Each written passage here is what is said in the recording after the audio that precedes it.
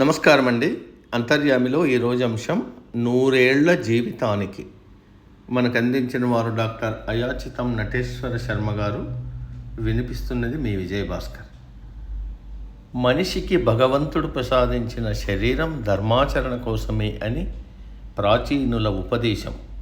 ఎన్ని విధాలుగా కృషి చేసైనా మనిషి తన శరీరాన్ని కాపాడుకోవాలే కానీ నాశనం చేసుకోరాదు. శరీర రక్షణకు మార్గాన్ని చూపే ప్రాచీన ఆరోగ్య శాస్త్రమే ఆయుర్వేదం. ఆయువు 4 విధాలని మునుల వాక్కు. మొదటిది సుఖాయువు. శారీరకంగా మానసికంగా సరైన పద్ధతిలో ఉండటం సుఖాయువు. రెండోది దుఃఖాయువు.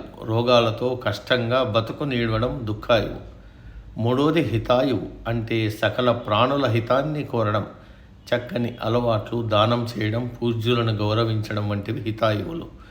నాలుగోది అహితాయువు. అందరినీ కరుణతో చూడకుండా తన స్వార్థం కోసం ఇతరులకు హాని తలపెట్టడం అహితాయువు. ఆయుర్వేదానికి మూల పురుషుడు ధన్వంతరి. ధనువు అంటే శరీరం. దాని అంతరంలో ఎలాంటి మార్పులు జరుగుతున్నాయో తెలుసుకొని సరైన చికిత్సల ద్వారా దేహాన్ని కాపాడుకోవడమే ఈ పదానికి సరైన నిర్వచనం. స్వర్గలోకవాసులైన దేవతలు అమృతం తాగిన వాళ్ళే అయినా వారికి శారీరక బాధలుంటాయి. శత్రువులతో పోరాటాలు జరిపినప్పుడు వారి శరీరాలు గాయాలకు, ఇతర బాధలకు గురవుతాయి. అందువల్ల బ్రహ్మదేవుడు దేవతల శారీరక రక్షణ కోసం ధన్వంతరిని సృష్టించాడని, ఆయన అవసరమైన సమయాల్లో దేవతలకు చికిత్సలు చేసేవాడు అన్నది శాస్త్ర ఉపదేశం. ధన్వంతరి సాక్షాత్తు విష్ణు అంశతో జన్మించాడని, క్షీరసాగర మదన సమయంలో అవతరించాడని బ్రహ్మ వైవర్త పురాణం చెబుతోంది. ధన్వంతరి సకల మంత్రతంత్ర శాస్త్ర విశారదుడని, గరుత్మంతుడి శిష్యుడని, శంకరుడి అనుగ్రహంతో మహిమోపేతుడై లోకాలను కాపాడుతున్నాడని ప్రాచీన శాస్త్రవచనం. పూర్వం మానవుల హృదయ కోశ, శ్వాసకోశ, గర్భకోశాలను, వివిధ నాడుల సంచారాన్ని చక్కగా పరిశీలించి చికిత్సలు చేసేవారని పెద్దల ద్వారా తెలుస్తోంది. శల్య, శాలక్య, కాయ, అగద, కౌమార, భృత్తం, రసాయనం, వాజీకరణం వంటివి ఆయుర్వేదంలో కొన్ని చికిత్సా విధానాలు. ప్రకృతిలో అమూల్య వనరులైన తీగలు, పువ్వులు, చెట్లు, దుంపలు, కాయలు, లోహాలు, తైలాలు ప్రాణుల శరీర రక్షణకు తోడ్పడతాయన్నది మునుల మాట.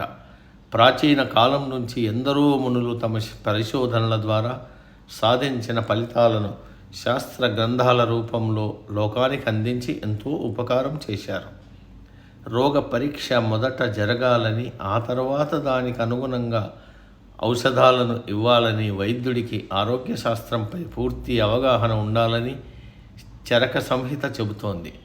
వైద్యుడు అందరి పట్ల మైత్రిని, కరుణను కలిగి ఉండాలని, రోగులను సహానుభూతితో పరీక్షించి చికిత్స చేయాలని, ఇలా వైద్య వృత్తి ఎంతో పవిత్రమైనదని ప్రాచీన గ్రంథాలు చెబుతున్నాయి.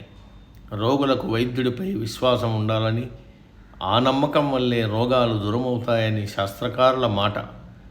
దినాంతంలో పాలు తాగాలని, నిశాంతంలో నీరు తాగాలని, భోజనాంతంలో మజ్జిగ తాగాలని, వీటిని పాటించే వారికి వైద్యుల అవసరం ఉండదు అన్నది శాస్త్రవాక్యం.